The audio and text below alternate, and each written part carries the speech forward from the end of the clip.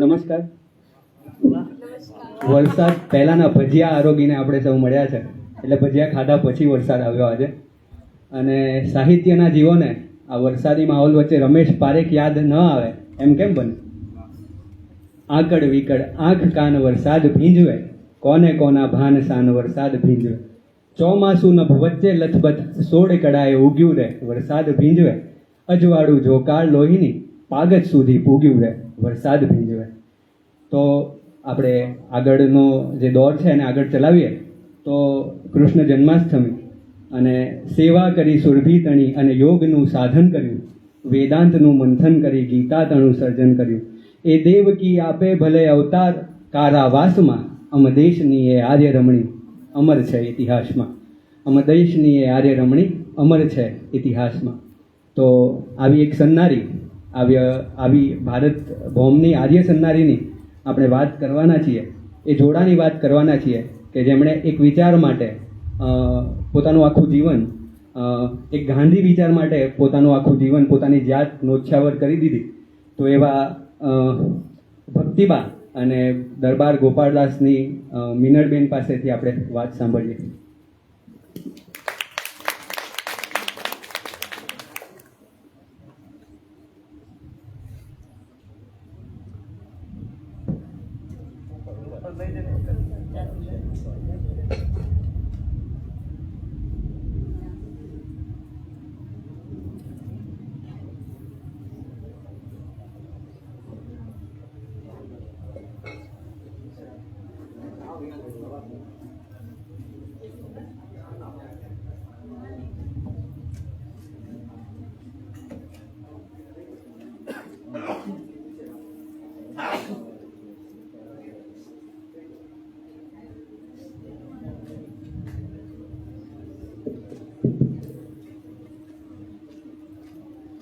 કેવા જુદા જુદા ખેલ કરીએ ને, માઇકને અહીંયા ગોઠવવાનું, અહીંયા ગોઠવવાનું, તમારો કંટાળો જરાક ઉડી જાય. દરબાર ગોપાળદાસ અને ભક્તિબા.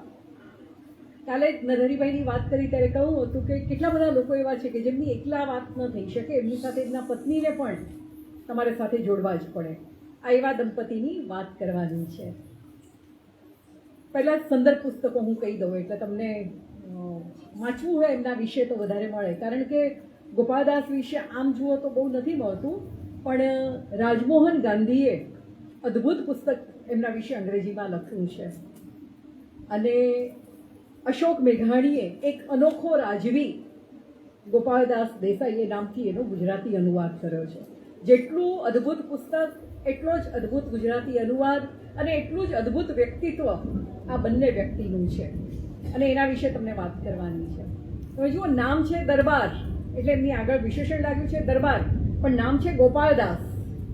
દરબાર હોય તો સામાન્ય રીતે પાછળ સિંહ હોય ને, અથવા રાણા પ્રતાપ હોય, એ પ્રકારના નામ હોય, પણ અહીંયા નામ તો ગોપાળદાસ છે ને છતાં આગળ દરબાર છે.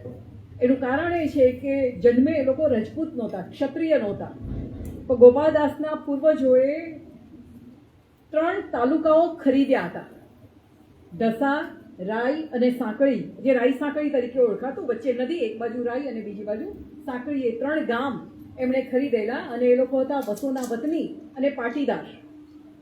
પાટીદારોમાં પટેલ સિવાય દેસાઈ, અમીન એ બધી અટક હોય છે. જે લોકો ઉઘરાવાનું કામ કરતા હતા નવાબોને રાજાઓના જમાનામાં એ લોકો દેસાઈ તરીકે ઓળખાતા હતા. તો ગોપાળદાસના પૂર્વજો હતા એ દેસાઈ હતા અને આ 3 તાલુકા ખરીદેલા, એને કારણે દેસાઈ. એમનો જન્મ થયો 1887ના ડિસેમ્બરમાં. એમનું જન્મનું નામ ગોરધનભાઈ, પિતાનું નામ કાશીભાઈ ને બાનું નામ સમજુબા. આ જે સમજુબા હતા એ વસોના વતની, જેમણે રાઈ, સાંકળી અને ઢસા તાલુકા ખરીદ્યા હતા, એમના વંશજ અંબાઈદાસના એકમાત્ર દીકરી, અને સાવલી ખાતે એમને પરણાવેલા. આગળ 3 દીકરાઓ થયેલા. ચોથો દીકરો ગોરધન એ જન્મ્યો એવો જ એના નાનાએ એને પોતાની પાસે વસો બોલાવી લીધો. કારણ કે અંબાઈદાસને એક પણ દીકરો નહોતો અને એમની ઈચ્છા હતી કે પોતાનો આ જે તાલુકાનો વારસો છે, જે તાલુકાદાર ગણાતા અથવા દરબાર ગણાતા, એ વારસો કોણ સાચવે? તો એકમાત્ર દીકરી. દીકરી તો વારસો જાળવવાની નથી, એટલે દીકરીના આ સૌથી નાના દીકરાને એમણે પોતાનો વારસદાર બનાવવાનું નક્કી કર્યું. અને બહુ નાનકડા ગોરધનને પોતાને ત્યાં લઈ આવ્યા અને એને નામ આપ્યું ગોપાળદાસ. અંબાઈદાસના પહેલા પત્ની જેમણે સમજુને જન્મ આપ્યો એનું તો મૃત્યુ થઈ ગયેલું, પછી બીજા 2 લગ્ન થઈ ગયેલા અને એ બંને પત્ની પણ મૃત્યુ પામેલી, ને ચોથી પત્ની રૂપાળીબા એ અત્યારે ઘરમાં હતા. એમને આ ગમ્યું નહીં કે પોતાની સાવકી દીકરીનો દીકરો વારસદાર તરીકે અહીંયા આવે, એટલે નાનકડા ગોપાળદાસે બહુ નાનપણથી પોતાના અપર નાની કો કે પછી દત્તક થયા એટલે અપર માં કો એ રૂપાળીબા અને રૂપાળીબાના ભાઈ જીભાઈ મામા એની ખટપટો જોઈ હતી. એ હદે ખટપટો ચાલતી હતી કે એક વખત ગોપાળદાસને મારી નાખવા માટે થઈને ઝેર નાખેલી દવા તૈયાર કરવામાં આવી હતી અને ગોપાળદાસને એ વાતની ખબર નહોતી કે આ ઝેર ભરેલી દવા છે. એમના સગા ભાભી બીમાર હતા એટલે એમણે આગ્રહ કર્યો કે ભાભી આ દવા પી જાઓ ને તમે, તમારી તબિયત સારી નથી. ભાભીએ દવા પી ગયા અને તત્ક્ષણ એમનું મૃત્યુ થયું. બીજી વખત આવી જ ઝેર ભરેલી કોઈ પીણું તૈયાર કરવામાં આવ્યું અને ભૂલમાં ગોપાળદાસને બદલે એમના 3જા નંબરના ભાઈ એ પી ગયા અને એમનું મૃત્યુ થયું. આ ખટપટ માત્ર એમના જ ઘરમાં થતી હતી એવું નથી. કલાપીની વાત જો ખબર હોય તો કલાપીનું મૃત્યુ એ જ રીતે એમના પત્ની દ્વારા અપાયેલા ઝેરી ખોરાકને કારણે થયું. તો એ ઇતિહાસમાં નોંધાયેલી વાત છે, અથવા તો જૂના ઇતિહાસમાં જાઓ તો આવી ઘણી બધી ઘટના મળવાની છે. તો નાનકડા ગોપાળદાસે આ બધું જોયું છે, પણ એટલા બધા એ ચતુર અને હોશિયાર હતા કે પોતાને જાણે કંઈ ભાન ન પડતી હોય ને એવો ભોળા હોવાનો દેખાવ કરે અને આ બધી વસ્તુ શાંતિથી જોયા કરે. તોફાની બહુ જ, ભણવાનું જરાય ગમે નહીં. નિશાળમાં ભણવા જાય પણ માસ્તરને મારીને પાછા આવે કે છોકરાને મારીને પાછા આવે. અને એ જમાનામાં થતું એ પ્રમાણે 10-11 વર્ષે એમના લગ્ન થઈ ગયા. પત્નીનું નામ ચંચળ અને ચંચળના મામા આ ગોપાળદાસ જે સ્કૂલમાં ભણે એના હેડમાસ્ટર. એટલે મામા સસરાની સામે ભાણેજ જમાઈ તોફાન કરે એટલે આબરૂ તો કેવી બધી વધે. એટલે પછી અંબાઈદાસે નક્કી કર્યું કે ગોપાળદાસને આપણે વસો નથી ભણાવવા, એમને વડોદરા ભણવા માટે મોકલવા છે. પણ એ દરમિયાન વેકેશનમાં ગોપાળદાસના જીવનનો એક મહત્વનો વળાંક આવ્યો. મોતીભાઈ પટેલ, જેને ગુજરાત રાજ્યમાં પુસ્તકાલય પ્રવૃત્તિના પિતામહ કહેવાય છે, એ વડોદરા રાજ્યમાં શિક્ષણાધિકારી તરીકે નોકરી કરે અને એ વસો સાથે એમના કોઈ કૌટુંબિક સંબંધો એટલે વારંવાર વસો આવવાનું થાય. અને એમણે આ તોફાની ગોપાળદાસનું હીર પારખ્યું. એમણે એને જુદા જુદા પુસ્તકો વંચાવ્યા, એને વક્તૃત્વ કળાના પાઠ શીખ્યા અને જે પુસ્તક વાંચે ને એ પુસ્તકની સમીક્ષા લખતા શીખ્યો. તમને વારંવાર કહેવાય છે ને કે પુસ્તકો વાંચો, પુસ્તકો વાંચો.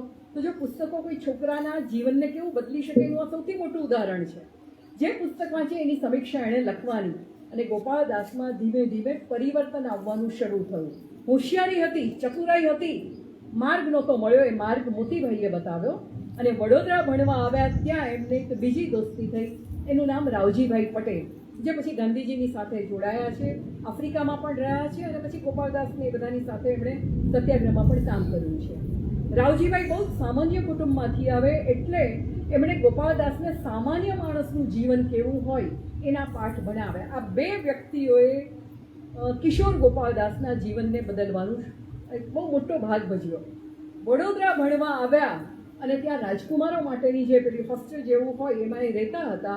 પણ એ વર્ષોમાં શ્રી અરવિંદ, પ્રોફેસર અરવિંદ ઘોષ તરીકે વડોદરાની યુનિવર્સિટીમાં કામ કરે અને જુવાનિયાઓ એની પાછળ ગાંડા, એ હદે ગાંડા કે એ ક્યાંય જવાના હોય તો એની પાછળ ટોળા જાય અને હંમેશા ગોપાળદાસ અરવિંદનું કોઈ પણ વ્યાખ્યાન હોય એ સાંભળવા માટે જતા. એ 10મામાં હતા અને અરવિંદે વડોદરા છોડીને કલકત્તા જવાનું નક્કી કર્યું. તો ગોપાળદાસને થયું કે હું પણ કલકત્તા જતો રહીશ, મારે અહીંયા આગળ નથી રહેવું, કારણ કે જીવનને આદર્શ તો આ માણસની સાથે રહીને જ જીવી શકાય. પણ મોતીભાઈએ સમજાવ્યા અને એમણે કલકત્તા જવાનું માંડી વાળ્યું. મેટ્રિકમાં વડોદરાથી પરીક્ષા આપી પણ નપાસ થયા એટલે પાછા વસો આવ્યા. પણ નાના અંબાઈદાસને થયું કે જેણે તાલુકદારી ભોગવવાની હોય એ ભણેલો તો હોવો જ જોઈએ. એટલે પછી એ સમયના અંગ્રેજ પોલિટિકલ અધિકારી હતા, એમણે ગોપાળદાસને ભણવા માટે વઢવાણની ગરાસિયા બોર્ડિંગમાં મોકલ્યા. એ જમાનામાં રાજકોટ, વઢવાણ અને હજી એક ત્રીજું શહેર ક્યાંક હતું. એ 3 જગ્યાએ રાજકુમારોને ભણાવવા માટેની આવી સ્કૂલ અથવા તો કોલેજ ચાલતા હતા, જ્યાં આગળ એ જુવાનિયાઓને, મોટા થતા રાજાઓને કે ગરાસિયાઓને કે દરબારોને કઈ રીતે અંગ્રેજોના તાબેદાર થવું, એમનો હુકમ માનવો, સભ્યતાથી વર્તવું, સ્ત્રીઓની સાથે કેવી શિષ્ટ રીતે રજૂ થવું, એ બધું શીખવવામાં આવતું. પણ મૂળભૂત આશય એ હતો કે ભવિષ્યમાં રાજા બને ત્યારે અંગ્રેજોના વફાદાર રહે એ રીતે એમને કેળવવાના. એટલે મેટ્રિકમાં નપાસ થયેલા ગોપાલદાસને વઢવાણની ગરાસિયા બોર્ડિંગમાં ભણવા માટે મોકલવામાં આવ્યા. પહેલો બળવો ત્યાંથી શરૂ થયો. ત્યાં નક્કી કરેલી દુકાનમાં જ તમારે હજામત કરાવવા માટે જવાનું.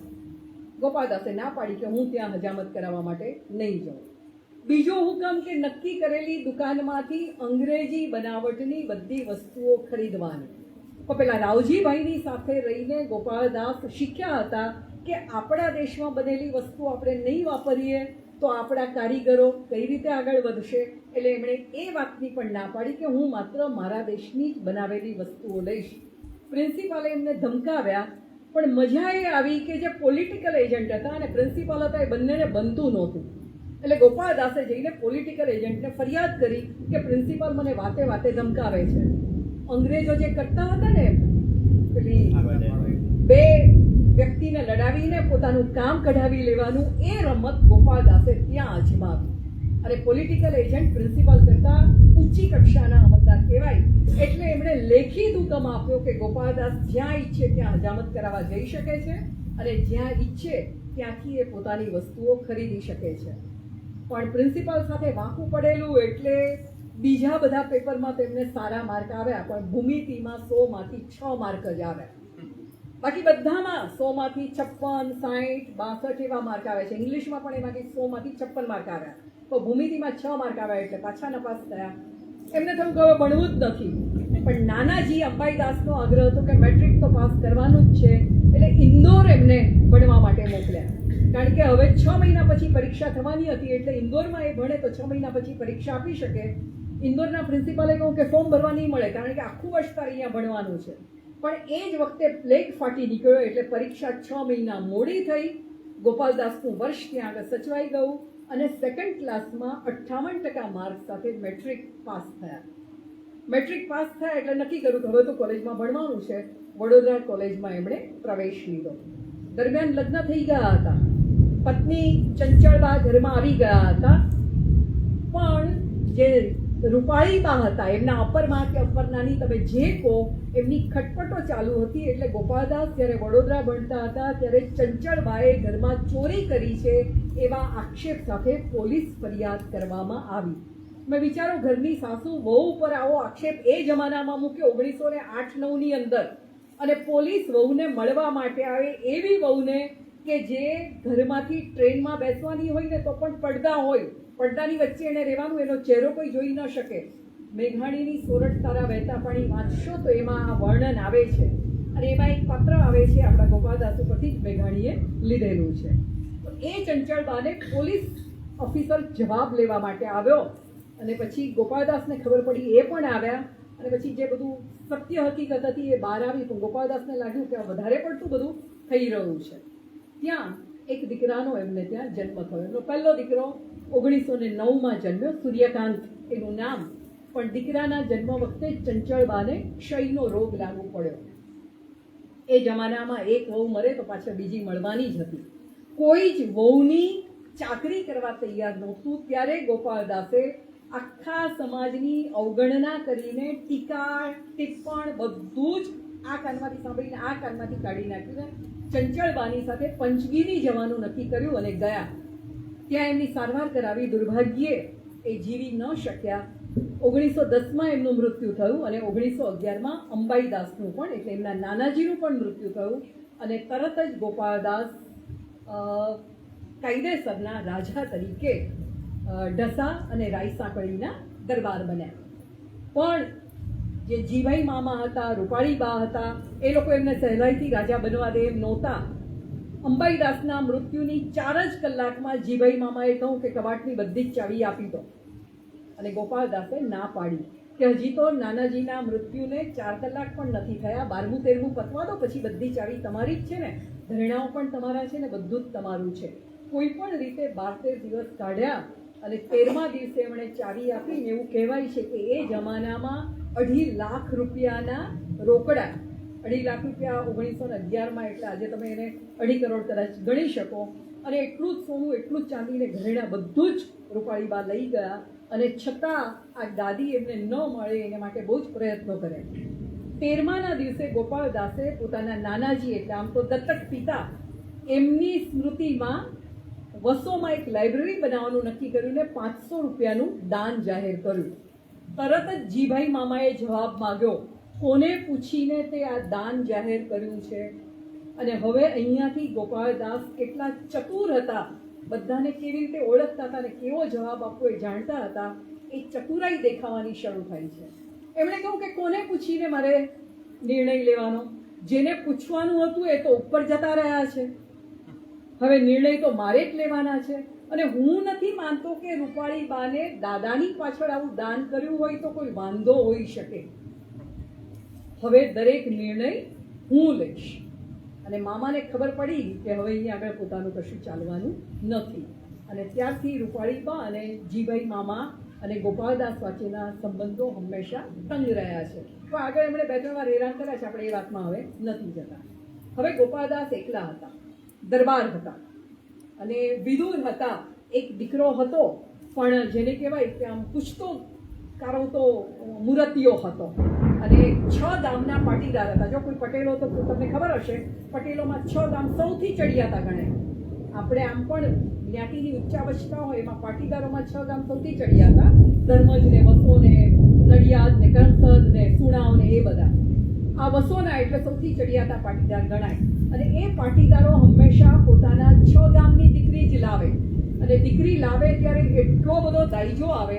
આપણા લેખિકા ધીરુબેન પટેલ, એમના મા ગંગાબેને પોતાની આત્મકથા લખી છે, એમાં લખ્યું છે કે 25 કિલો સોનું મારા બાપે મને આપ્યું હતું.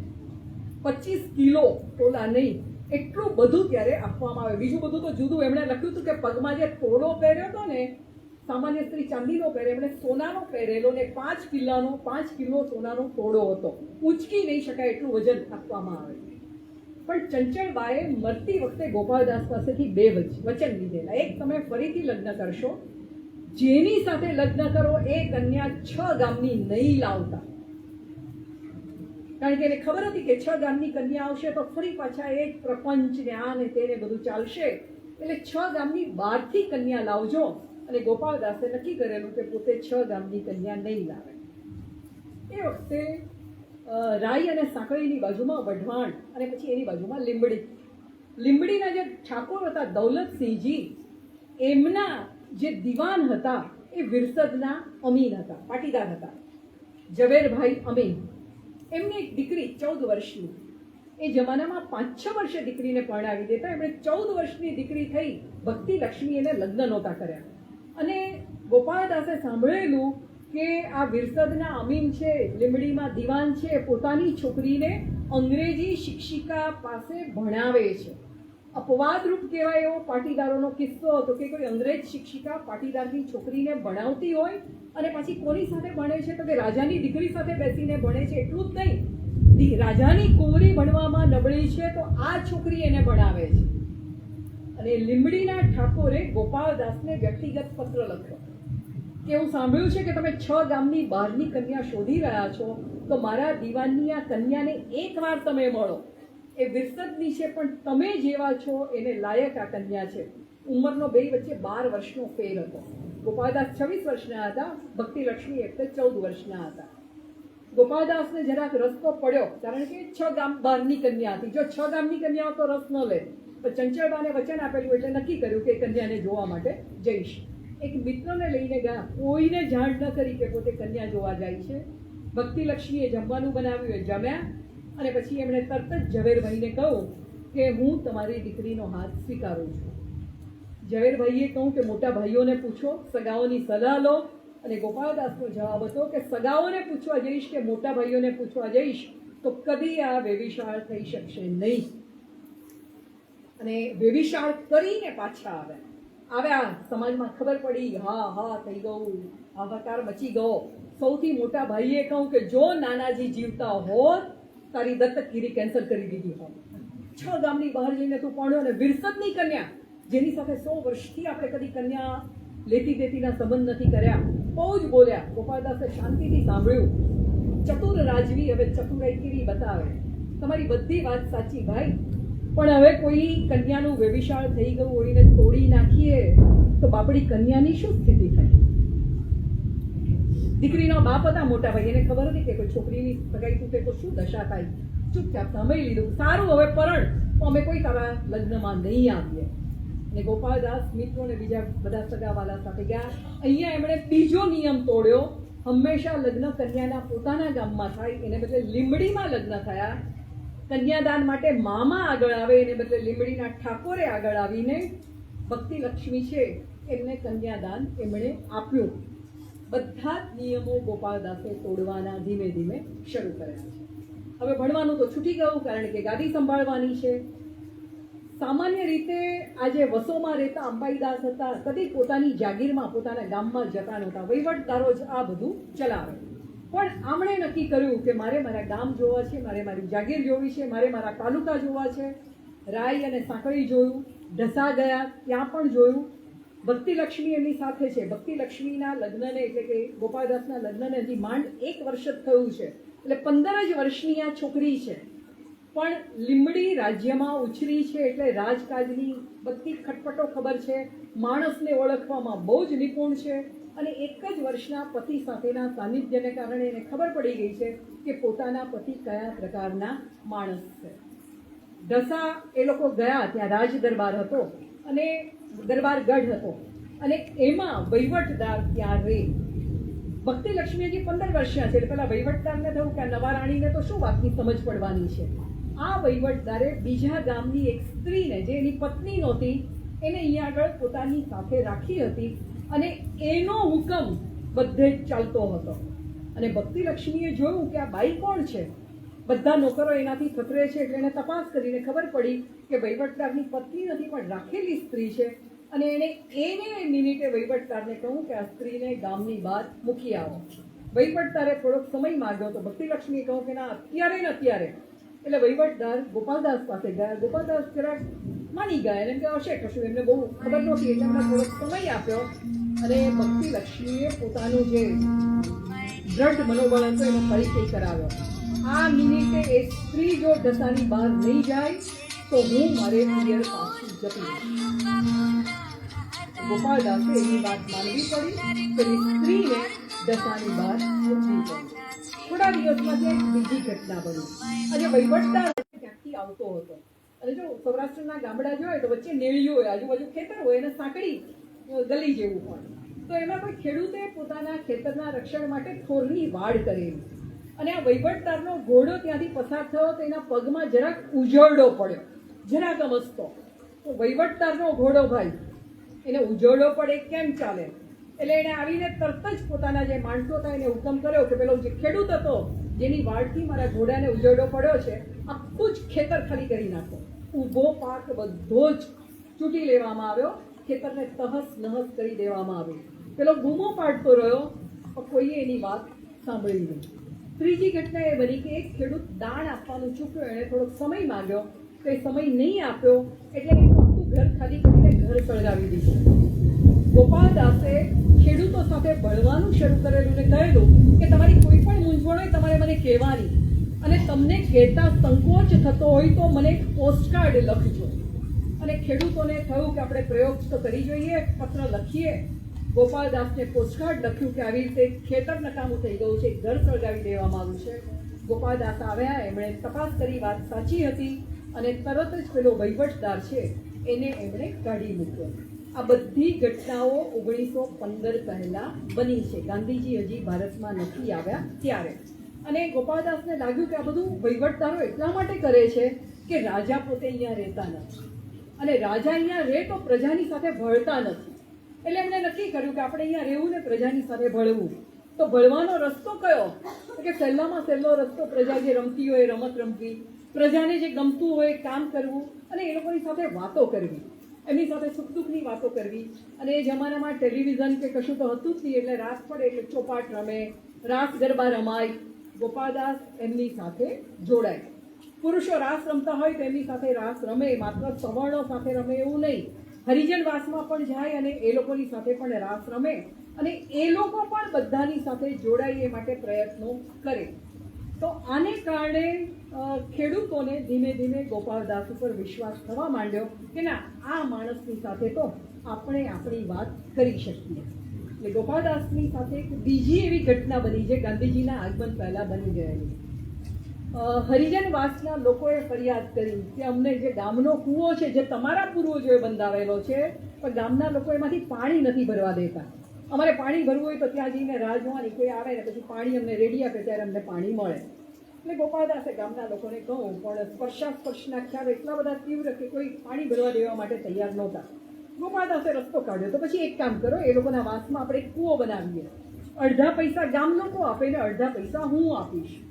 ગામના લોકોએ કહ્યું કે અમે શું કરવા પૈસા આપીએ, એમનો કૂવો છે, એ લોકો પૈસા કાઢે.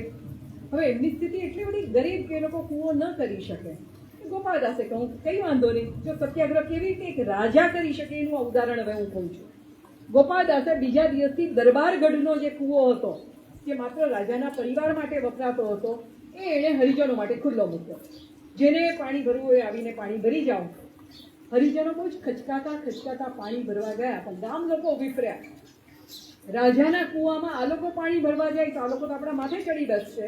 એટલે બીજા દિવસથી એ લોકોએ હરિજનવાસમાંથી આવતી કોઈ પણ વ્યક્તિને કોઈ પણ પ્રકારની વસ્તુ નહીં વેચવાનો નિર્ણય કર્યો. કોઈ વેપારીની દુકાનેથી વસ્તુ ન મળે, લુહાર એનું કામ ન કરે, સુથાર એનું કામ ન કરે, એટલે રીતસર બહિષ્કાર એ લોકોએ કર્યો. ગોપાલદાસે 2-4 દિવસ આ વસ્તુ જોઈ અને પછી એણે રસ્તો કાઢ્યો. દરબારગઢમાં હરિજનવાસમાં વસતા લોકો માટે સસ્તા ભાવે, રાહત ભાવે વસ્તુઓ વેચતી દુકાન શરૂ કરી દીધી. કશું જ બોલ્યા વિના પ્રજાના વિરોધની સામે એમણે પોતાનો સકારાત્મક વિરોધ જાહેર કર્યો. સસ્તા ભાવે વસ્તુ મળવા માંડીને ત્યારે ગામના લોકોને સમજાયું કે આમાં ખોટ તો આપણે પક્ષે જ છે.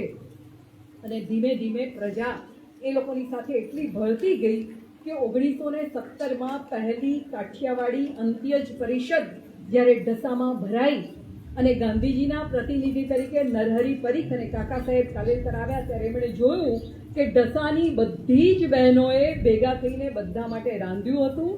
વાસણ કુસણ બધાને ઘેરથી આવ્યા હતા. એ બ્રાહ્મણ પણ હોય, વાણિયા પણ હોય, પાટીદાર પણ હોય અને હરિજન પણ હોય. મુસ્લિમો ત્યાં રહેતા હતા, એમને ઘેરથી પણ વાસણ આવ્યા હતા. ગાદલા ગોદડા બધાને ઘેરથી આવ્યા હતા. અને રાતના જ્યારે રાસ રમાયા ત્યારે ઢસાનો દરબાર ગોપાલદાસ હરિજનોની સાથે લડી લડીને રાસ રમતો હતો. ગાંધીજી જે સમાનતાની વાત કરતા હતા એ સમાનતાની વાત તો અહીંયા આગળ શરૂ થઈ ગઈ હતી. ગોપાલદાસ રાઈ અને સાંકળીમાં પણ આવા નાના નાના ઝીણા ઝીણા કામ શરૂ કરે છે. બહુ જ ભણ્યા નહોતા, પણ મોતીભાઈએ જે એમને વંચાવ્યું હતું એ વાંચનને કારણે એમના મનમાં કેટલાક વિચારો સ્પષ્ટ હતા. એમાં પહેલો વિચાર હતો કોઈ પણ પ્રકારના ભેદભાવ ન હોવા જોઈએ. નાત જાતના પણ નહીં, ધર્મના પણ નહીં, આર્થિક ભેદભાવ પણ નહીં, બધાને સમાન તરીકે ગણવાના. બીજો વિચાર હતો સ્ત્રીઓનું સન્માન જળવાવું જોઈએ. એ કદાચ પેલી ગરાસિયા બોર્ડિંગનો પ્રભાવ હતો કે સ્ત્રીનું સન્માન જળવાવું જોઈએ. અને એટલે વસોમાં એમણે જ્યારે લાઇબ્રેરી શરૂ કરી અને શારદાબેન મહેતા અને ડૉક્ટર સુમંત મહેતા એ લાઇબ્રેરીની મુલાકાતે આવ્યા ત્યારે ભક્તિ લક્ષ્મી, જે મેં ચંચળબા માટે પણ કહ્યું હતું કે લાજ કાઢીને પેલા પડદાની અંદર ટ્રેનના ડબ્બામાં બેસવા જાય, એ કુટુંબના ભક્તિ લક્ષ્મી ઉઘાડે મોઢે પગે ચાલતા શારદાબેનને સુમંત મહેતાની સાથે લાઇબ્રેરીમાં ગયા. હાહાકાર મચી ગયો. ગોપાલદાસના મોટા ભાઈઓએ કહ્યું કે આપણા કુટુંબની સ્ત્રીઓ આવી વંઠેલી હોય કે ઉઘાડે મોઢે જાય.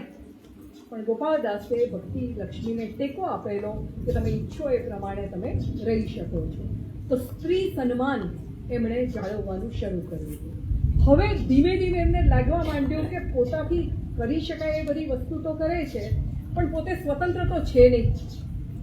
છે અંગ્રેજી શાસનની હેઠળ. પોલિટિકલ એજન્ટ અમુક હુકમ મોકલે એટલે હાજર થવું પડે. ખબર પડે કે ગવર્નર આવવાના છે, એના મેળાવડામાં જવાનું છે, પણ સાદા કપડાં પહેરીને નહીં જવાનું. જેટલા ઠઠાડી શકાય એટલા ઘરેણા પાઘડી પર, કાનમાં, ગળામાં, હાથે બધે લટકાવીને જવાનું. કોઈ પણ અંગ્રેજ અધિકારી આવવાનો હોય તો ગામને પાદર એને લેવા માટે જવાનું. એને 5 વાગે આવવાનું કહ્યું હોય ને રાત્રે 12 વાગ્યા સુધી ના આવે તો 12 વાગ્યા સુધી ગામના સીમાડે ઊભા રહીને એની રાહ જોવાની. રાહ ન જોવાય તો તરત જ એમની ગાદી ખાલસા કરવા માટેના હુકમ થઈ શકે. ગોપાલદાસે કદાચ શરૂઆતમાં આ બધું સ્વીકાર્યું હશે, પણ એમના હાથમાં ગાદી આવ્યા અને 3 વર્ષ થયા પછી ધીમે ધીમે એમણે અંગ્રેજોની તાબેદારી સામે પોતાના નોહર ભરાવવાનું શરૂ કર્યું. પહેલી ઘટના બની 1915માં. 1914માં પહેલું વિશ્વયુદ્ધ શરૂ થયું. અંગ્રેજોને સૈનિકો જોઈતા હતા, એટલે સૈન્ય ભરતીનો એક કાર્યક્રમ શરૂ થયો અને બીજો કાર્યક્રમ શરૂ થયો સૈનિકો માટે ફાળો આપવાનો, સૈન્યના યુદ્ધ માટે ફાળો આપવાનો. એટલે દરેક રાજ્યની એની જે ઉપજ હોય એ પ્રમાણે પત્ર લખવામાં આવ્યા કે તમારે 2,500 રૂપિયા ફાળો આપવાનો છે, તમારે 5,000 ફાળો આપવાનો છે, તમારે 7,000 ફાળો આપવાનો છે.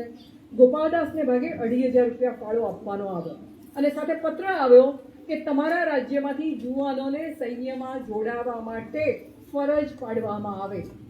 ગોપાલદાસે બંને વાતની સ્પષ્ટ શબ્દોમાં ના કહેતો પત્ર લખી દીધો.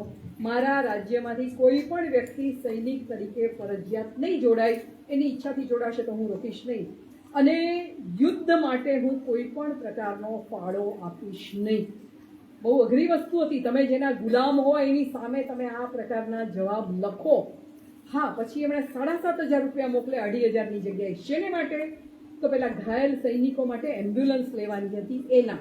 પણ એમને સૈન્યના યુદ્ધના ફાળો આપવાની ચોખ્ખી ના પાડી. આ વાતને હજી 2-3 મહિના વીત્યા હશે અને રાજકોટમાં મુંબઈના ગવર્નર આવવાના હતા. બધા જ રાજાઓને, બધા ગરાસિયાઓને, બધા દરબારોને આમંત્રણ મળ્યું. આ દિવસે આ તારીખે હાજર રહેવું અને કેવા કપડાં પહેરીને આવવું એનું પણ લિસ્ટ. તમે આ કક્ષાના બી કક્ષાના રાજા છો તો તમારે આટલા ઘરેણાં પહેરીને આવવાના.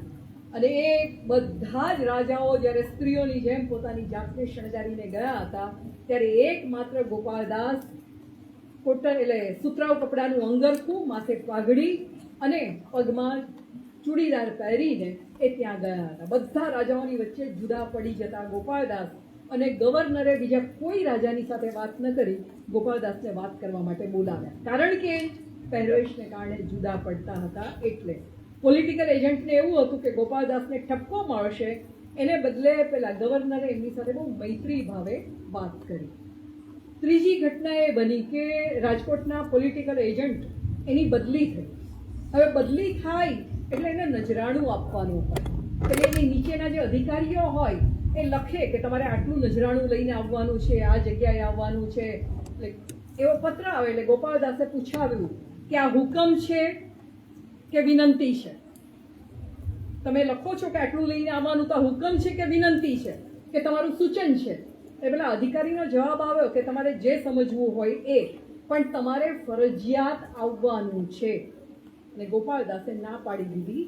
મારી રૈયતના પૈસા ખોટી રીતે હું વેડફીશ નહીં. અને પછી એ થયું કે કોઈ પણ પોલિટિકલ એજન્ટની બદલી થાય કે કોઈ નવો પોલિટિકલ એજન્ટ આવે, એનો મેળાવડો થાય, એમાં બધા રાજ્યોને બોલાવવામાં આવે, પણ ગોપાલદાસને કદી ત્યાં આવવા માટેનું આમંત્રણ મળ્યું નહીં. બધાને એવું લાગતું હતું કે એનું અપમાન છે. પછી તો બહુ જ રાજી થયા કે મારી પ્રજા છે એના પૈસા બચી ગયા. 1915માં ગાંધીજી આવ્યા અને ગોપાલદાસે ગાંધીજી ઉપર નજર રાખવાનું શરૂ કર્યું. પોતે જે માર્ગે જવા ઈચ્છતા હતા, અંગ્રેજોની ગુલામીમાંથી મુક્તિ જોઈતી હતી, પણ રસ્તો સમજ નહોતી પડતી કે કયા રસ્તે જવું, ત્યારે એને લાગ્યું કે આ માણસ કદાચ રસ્તો બતાવી શકે એમ છે. 1916માં અમદાવાદની અંદર બાલ ગંગાધર ટિળક, મોહમ્મદ અલી જીના અને ગાંધીજી એક સભા માટે મળ્યા અને ગોપાલદાસ એ સભામાં ગયા.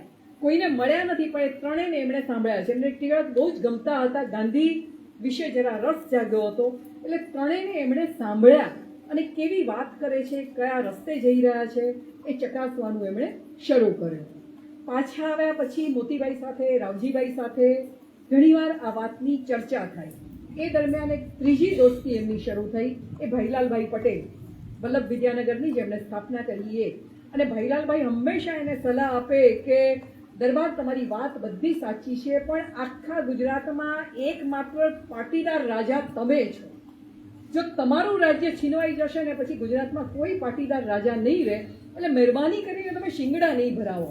ચૂપચાપ તમારે જે કરવું એ કરો, પણ તમે જાહેરમાં દેખા નહીં દો. ગોપાલદાસ હસ્યા કરે, કશું બોલે નહીં. ગાંધીજીને સમજવા માટે એમણે 1916થી યંગ ઇન્ડિયા અને નવજીવન એ બંનેના લવાજમ ભર્યા. અને વાંચવાનું એમણે શરૂ કર્યું કે શું કરે છે, શું લખે છે, જોઈએ. થોડાક દિવસ થયા અને એક ઘટના બની. 1918ની આસપાસ કાઠિયાવાડમાં એ વખતે દુકાળ પડ્યો અને આ દુકાળ માટે ગોપાલદાસ બહુ વિચક્ષણ રાજવી હતા, એટલે પોતાની પ્રજા માટે એક એક બે બે વર્ષની વસ્તુ સંઘરી રાખતા. કારણ કે સૌરાષ્ટ્રમાં આમ પણ વરસાદની તો તંગી હોય, એટલે એક બે વર્ષનું ખડ ઘાસ એમણે સંઘરી રાખતું હોય. તો એમની પાસે 2 વર્ષનું ખડ હતું, એટલે દુકાળ પડ્યો તો એમને ઢોરના ખોરાકની ચિંતા નહોતી. પણ એ વખતના જે પોલિટિકલ એજન્ટ હતા ને, જરા વૈજ્ઞાનિક પ્રકારના જીવ હશે, એટલે એણે શું કર્યું, જે થોર હોય ને એ થોરમાંથી ઢોર માટેનું ખાંડ તૈયાર કર્યું અને દરેક રાજ્યને બિલ સાથે એ ખાંડ મોકલી આપ્યું કે આ ખાંડ તમે લો ને એના પૈસા મને ચૂકવો. તો એવી રીતે ગોપાલદાસને ત્યાં 200 કોથળા ખાંડ આવ્યું અને ભેગું બિલ આવ્યું કે આ ખાંડ તમારે ઢોરને ખવડાવવાનું ને આટલું બિલ મને ચૂકવવાનું.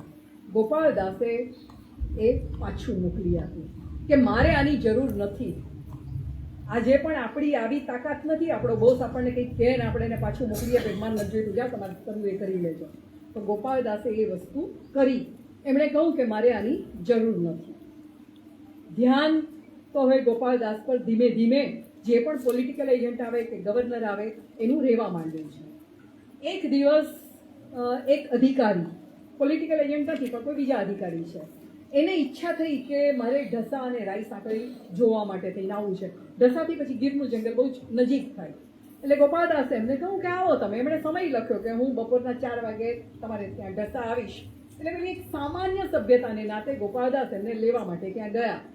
4:30 સુધી રાહ જોઈ તો અધિકારી આવ્યા નહીં, એટલે ગોપાલદાસ પોતાની ઘેર જતા રહ્યા. પહેલા 6 વાગે આવ્યા અને જોયું કે કોઈ કરતાં કોઈ સ્વાગત માટે નથી આવ્યું. ઉતારે પહોંચ્યા તો ત્યાં બધી સુવિધા છે, પણ કોઈ કરતાં કોઈ એમને હાજી કરવા માટે કે આમંત્રણ આપવા માટે કે વાહવા કરવા માટે હાજર નથી. એટલે એમણે ગોપાલદાસને ચિઠ્ઠી મોકલી કે હું તમારી રાહ જોતો હતો, તમે સીમાડે પણ લેવા માટે ના આવ્યા, ઉતારા પર પણ તમે હાજર નથી.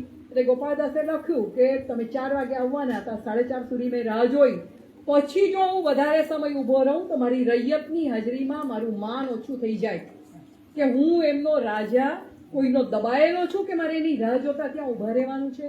તમારી આગળના અધિકારી પણ જે સમય લખતા એ સમયે આવી જતા હતા અને જો મોડું થાય તો મને કેવડાવતા હતા અને હું કદી રાહ જોવા ઊભો રહેતો નહોતો.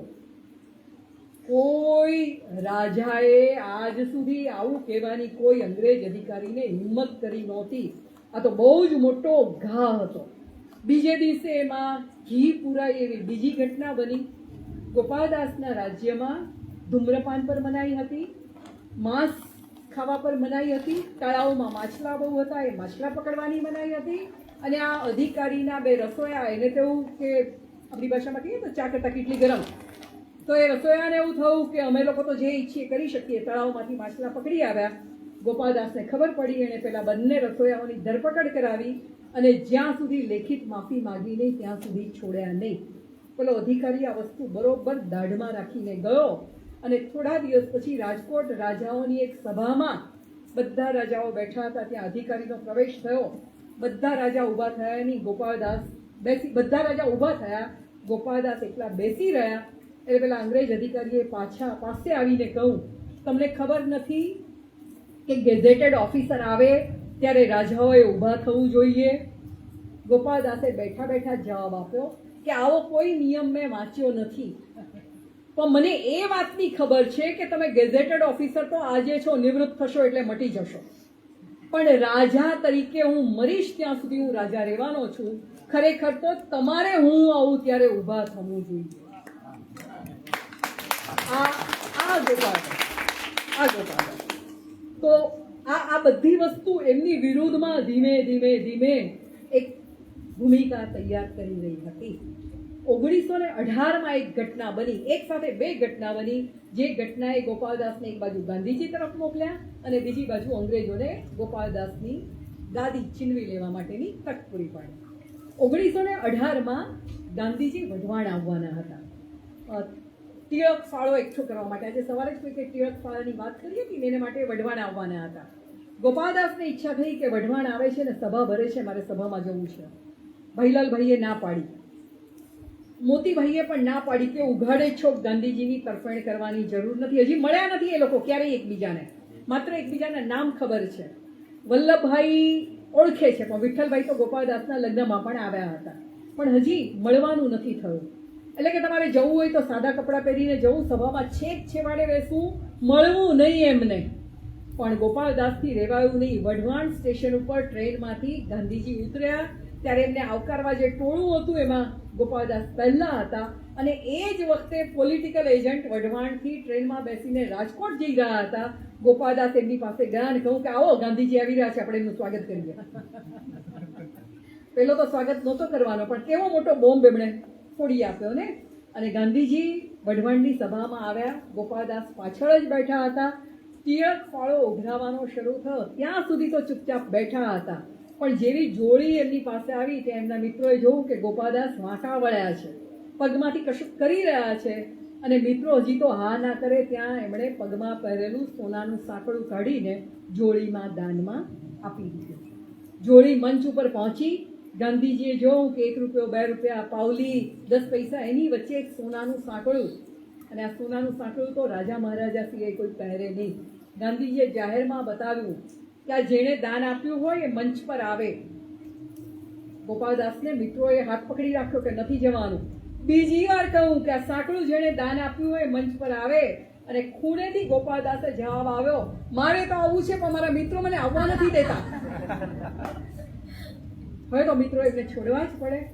અને ગોપાળદાસ મંચ ઉપર આવ્યા. જાહેરમાં પહેલી વખત એમણે ગાંધીજી સાથે ગાંધીજીના વિચારનો કરેલો સ્વીકાર, અને ત્યાંથી પરિસ્થિતિ બદલાવાની શરૂ થઈ. એક તરફ ગાંધીજીની નજીક જતા ગયા અને બીજી બાજુ અંગ્રેજોની આંખમાં કણાની જેમ એ ખૂંચતા ગયા. ગાંધીજીની સાથે ટિળક ફાળો આપ્યો.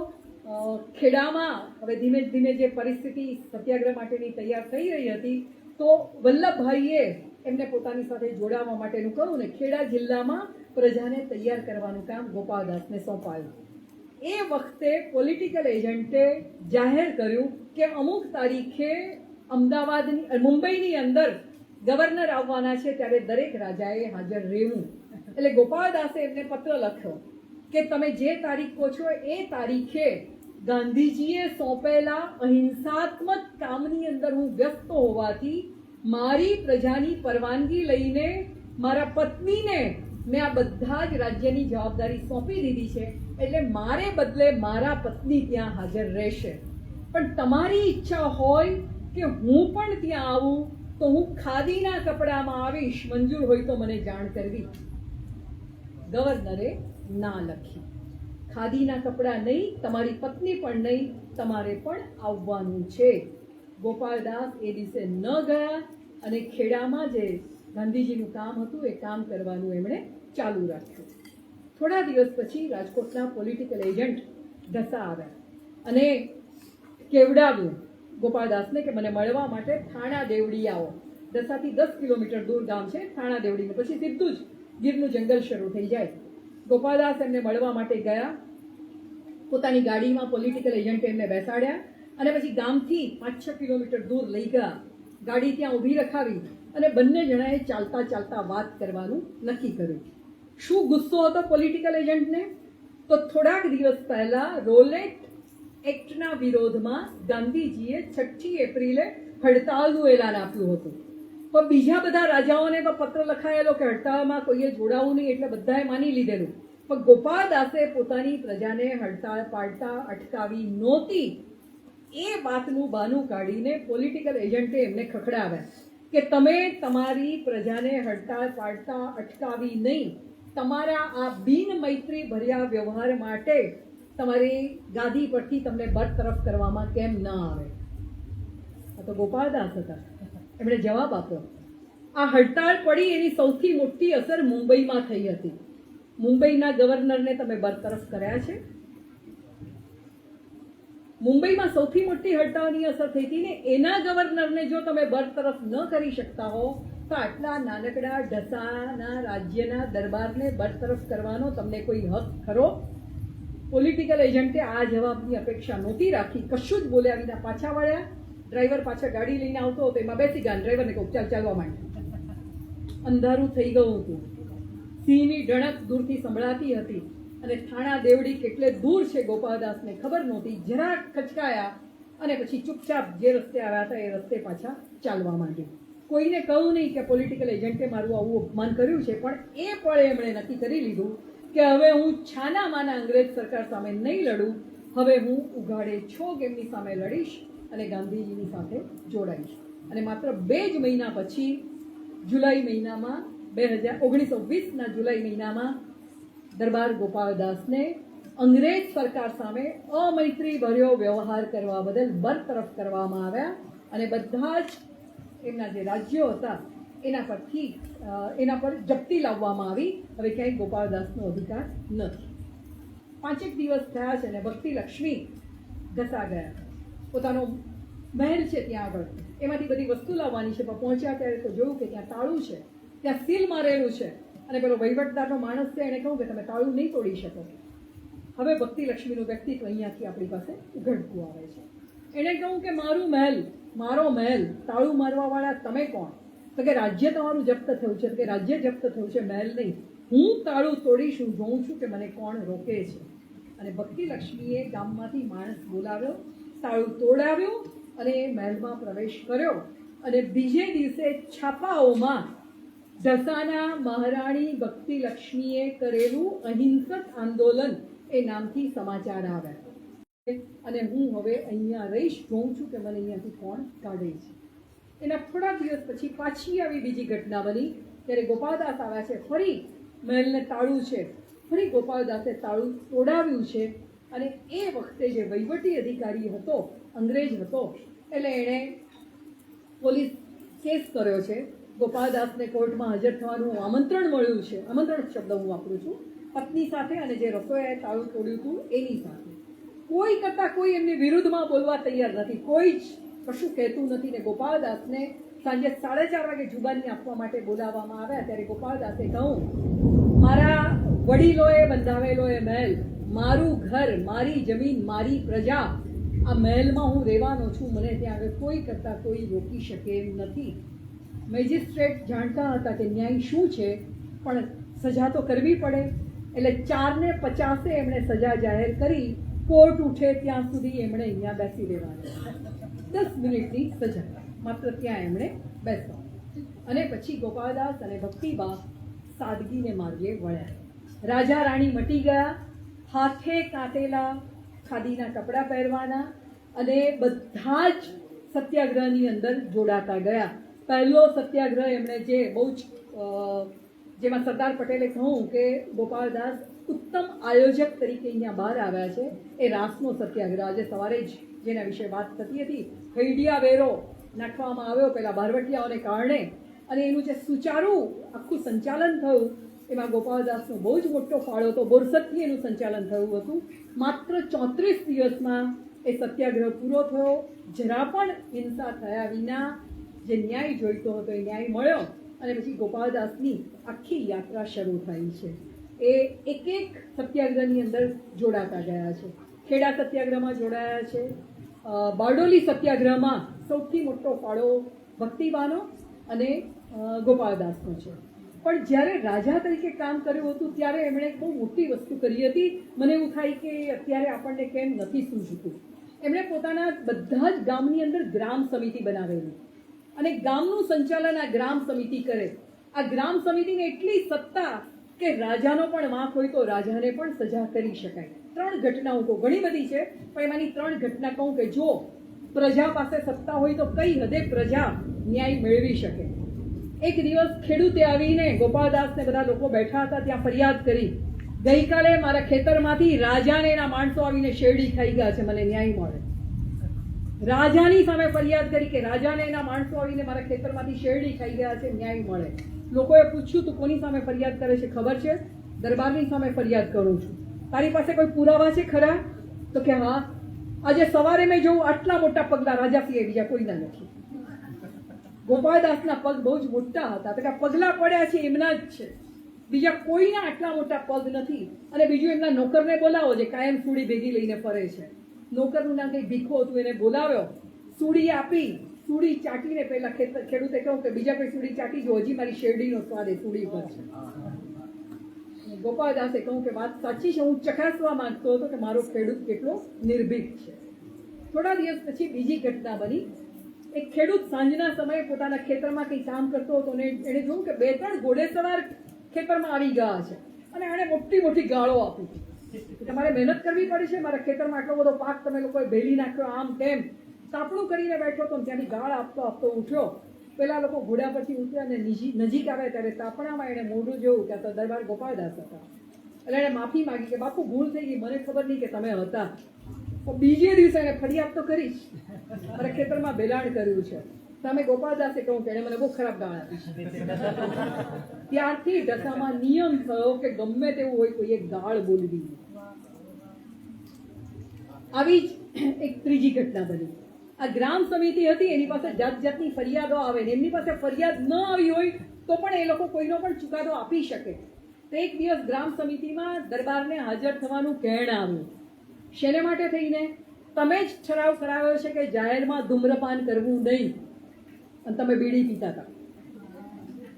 ગોપાળદાસને કહેવામાં આવ્યું કે તમે બીડી પીતા હતા. એટલે ગોપાળદાસે દલીલ કરી કે ભાઈ મારા વહીવટને ને બીડીને શું લાગુ પડે, એને શું નિસ્બત, હું બીડી પીતો હું કે ગમે તે કરતો હું. પ્રજાની આગળ તમારી છાપ ખોટી ઊભી થાય છે, બીડી પીવી નહીં. અને ગોપાળદાસે પછી જાહેરમાં કદી ધૂમ્રપાન ન કર્યું. કરતા હતા, નહોતા કરતા એવું નહીં. જેલમાં હતા અને જેલમાંથી મુક્તિ મળવાની હતી. તેમના દીકરાના સસરાએ પૂછાયું કે તમને તેડવા આવું ત્યારે કંઈ લઈને આવું, સિગરેટ લઈને આવજો. સિગરેટ મંગાવી. પીતા હતા પણ પછી એમણે ઢસામાં કદી ન પીધી. એમનો ને ભક્તિબાનો સંબંધ બહુ જ વિશેષ હતો. હવે આપણે એમના સત્યાગ્રહની વાત, કેટલી મિનિટ છે, મારું પૂરું થવા આવ્યું છે ને, 5 મિનિટમાં હું વાત પૂરી કરી દઉં. 2-3 વાત તો કરવી જ જોઈએ, એ પ્રકારની આ વાત છે. ભક્તિબા રાજવી પરિવારમાં ઉછરીને આવેલા એટલે એમને ખબર હતી કે રાજાઓમાં મદ્યપાન, દારૂ પીવો બહુ સામાન્ય વસ્તુ છે. પણ ગોપાળદાસ કદી ભક્તિબાની હાજરીમાં પીતા નહોતા. પણ એક વખત એમણે કહ્યું કે આજે મને મજા નથી આવતી, માથું બહુ દુખે છે. ભક્તિબાને તક મળી ગઈ. એમણે કહ્યું થોડો દારૂ પીશો? ગોપાળદાસે ચમકીને જોયું કે મને ખબર છે ખાનગીમાં પીવો છો, પી લો ને આજે, જરાક સારું લાગતું હોય તો પી લો.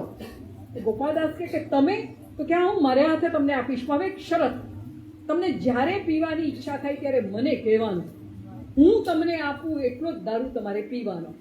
શ્રી ગોપાળદાસે કહું કે તમારો ઉછેર તો સ્વામિનારાયણ ધર્મમાં એવા કુટુંબમાં થયો છે, તમે આપશો મને? તો કે હા આપીશ.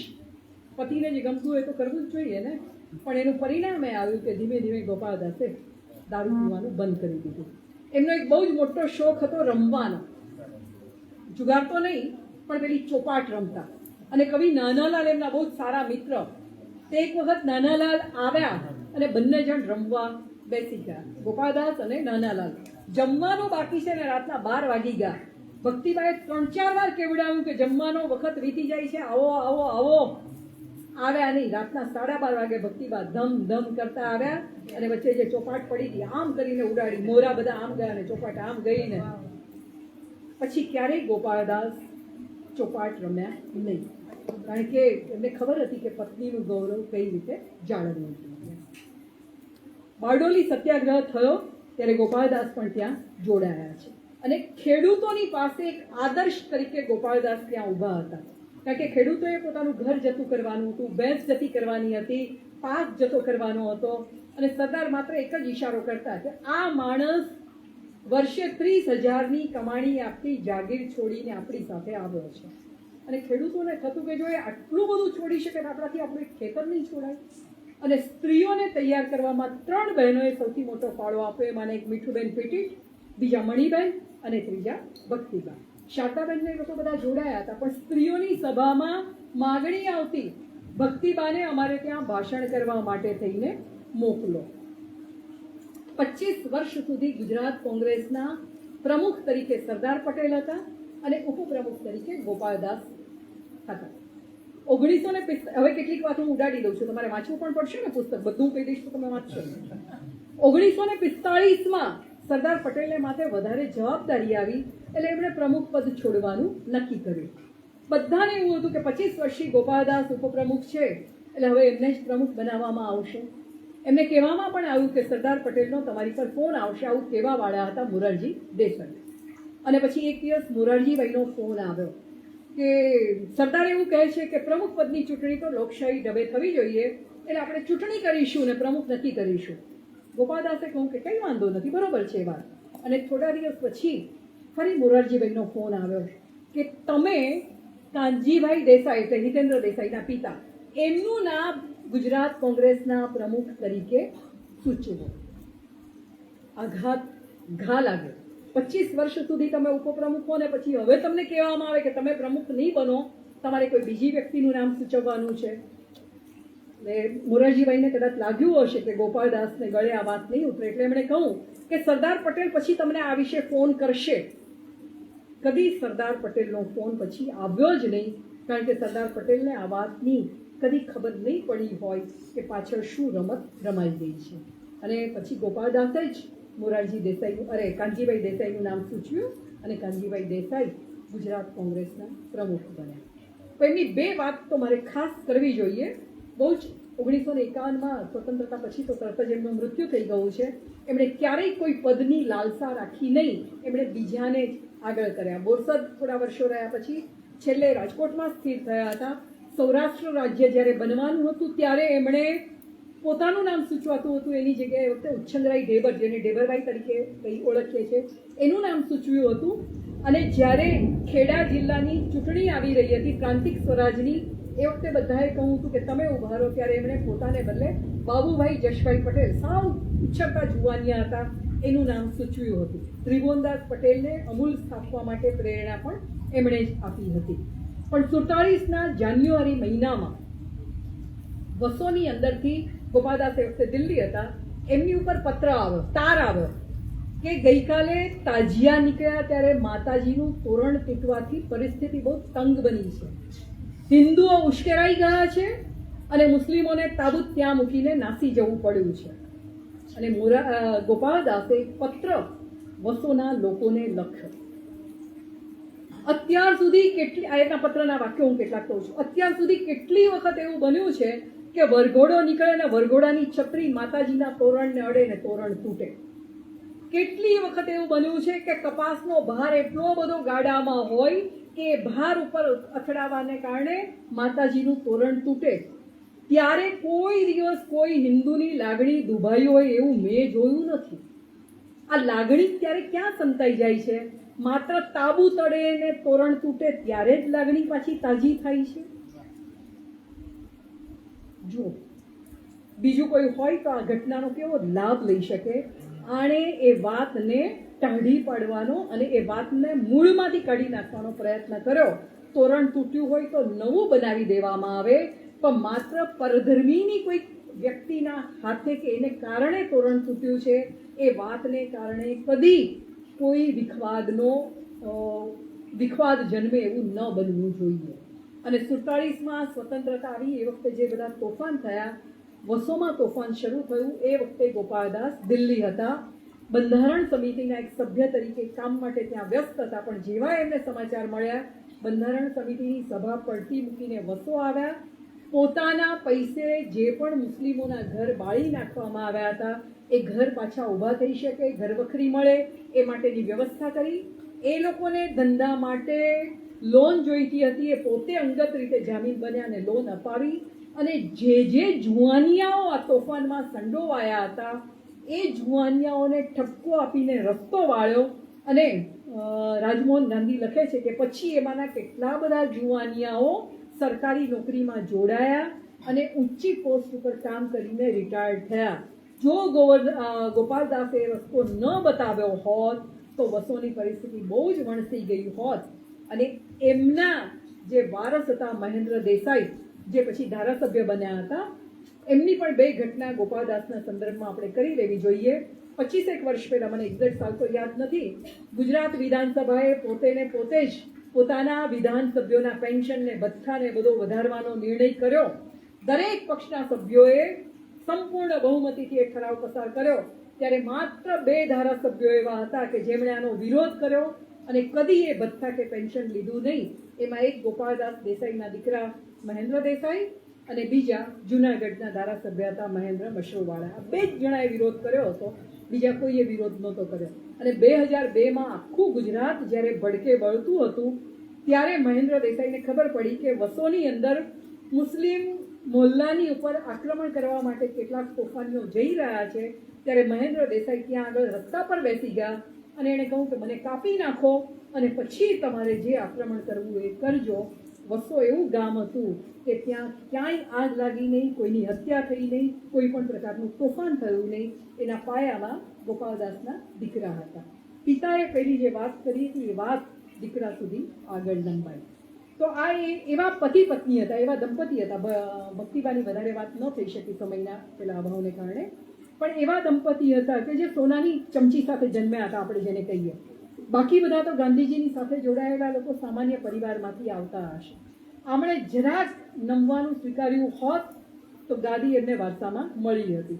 પણ 1920માં છોડેલી ગાદી 1947માં પાછી આવી એવી તરત જ એમણે એ ગાદી પ્રજાને અર્પણ કરી દીધી. કહું કે હવે રાજ્ય તમારે ચલાવવાનું છે, બધા નિર્ણય તમારે કરવાના છે, તમારી ઉપજ તમારી પોતાની છે, તમારે રાજ્યને કશું જ આપવાનું નથી. તમે મને કહેશો તો અહીંયા તમારા ચાકર તરીકે હું રહીશ, બાકી હું અહીંયા પણ રહેવાનો નથી. આ હદે નિસ્પૃહી ભાવે પોતાનું રાજ્ય, પોતાની સંપત્તિ બધું દેશ માટે છોડી શકે એવા ગોપાલદાસ, જે રાજમોહન ગાંધીએ કહું એ બહુ જ અનોખા રાજવી હતા. એમનું પોતાનું વ્યક્તિત્વ અને ગાંધીજીના સ્પર્શે એમને થોડા જુદા થયા.